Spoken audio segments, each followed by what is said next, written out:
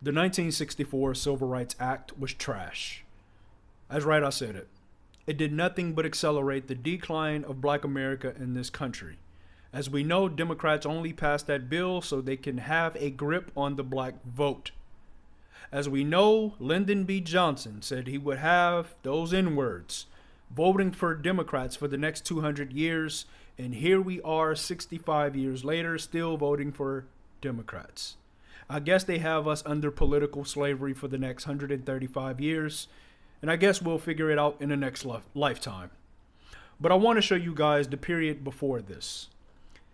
During the 1940s and 1960s, it was actually called the Golden Age for the middle class black Americans.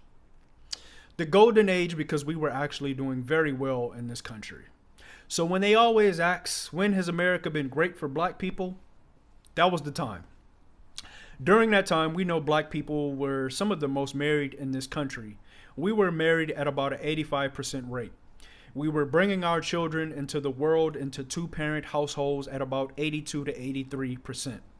Black men were in the workforce at about 83%. All right? We doubled our home ownership.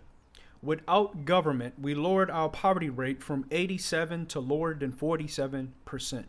We lowered our literacy rates to lower than 4%. We started expanding our HBCUs and building more institutions such as black-owned banks. We started churning out more black professionals such as doctors, lawyers, engineers, teachers. All right? With earnings, more black men started entering manufacturing and construction by joining the unions. They started getting paid really good money. The money was so good that this was the only time in U.S. history that the earnings gap between black and white men was actually closing. We were actually outpacing them in success. Yes, black America was outpacing the success of white America. Boom, Democrats take over, liberals take over.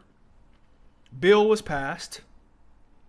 Lyndon B. Johnson inserts the Great Society as well as the War on Poverty. During the Great Society, they inserted something called the Urban Renewal Project, which was later known as the Urban Negro Removal Project. With that, they inserted eminent domain. Eminent domain, if you're not familiar with it, is pretty much the government being able to take your land if they're going to use it for the public. And that is exactly what they did. Also, during that Urban Renewal Project, they wanted to get rid of the slums and the eyesores of the country. And of course, they said that this was the black areas. But those black areas were not eyesores at all. They were actually very thriving communities. But then they bulldozed it down. And the areas that they couldn't bulldoze, they just built freeways and interstates right over them. Also at that time, we can't remember that the Vietnam conflict was going on, and though black men made up about 7% of the population, well, they made up about 25% of the frontline soldiers in the war.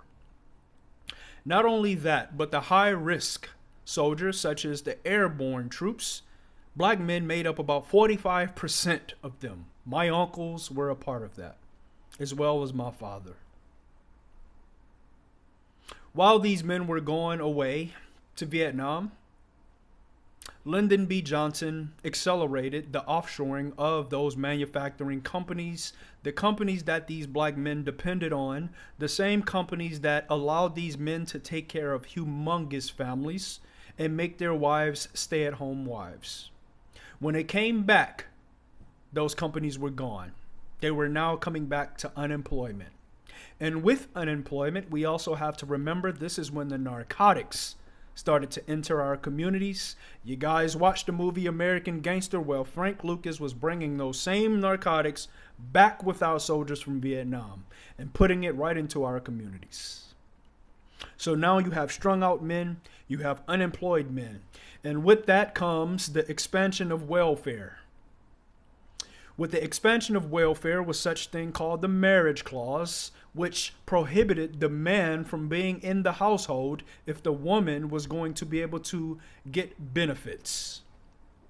We have to remember that this wasn't just some baby daddies. These were actually married men having to leave their wife and children in order for the government to take care of their families.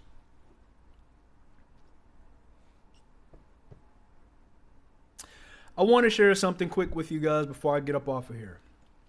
Growing up in the 90s in Louisiana, New Orleans to be exact, who that nation?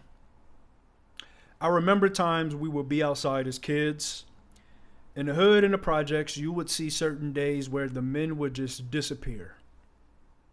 And you really think, damn, where did all the men go? They would get a heads up that the caseworkers and social workers would come into the hood to do inspections to see if the men were living in the home. If they found out that man was in the home, those benefits and welfare would be stripped away from the women and children. Yep. Once those caseworkers would leave, the men would come back. To my people from the deep, deep South, the dirty, dirty country, y'all remember how many black families we used to have where the mother and children live in one spot and the father would live across the street or down the street? Y'all remember that? Oh, that's too much trenches for y'all? All right. So you Democrats, please tell me, what has this progress in liberalism done? Please let me know. Let me know what you guys think in the comments. Thank you for listening. Hope you guys have a great weekend. Please like, share. I'll see you guys on the next one.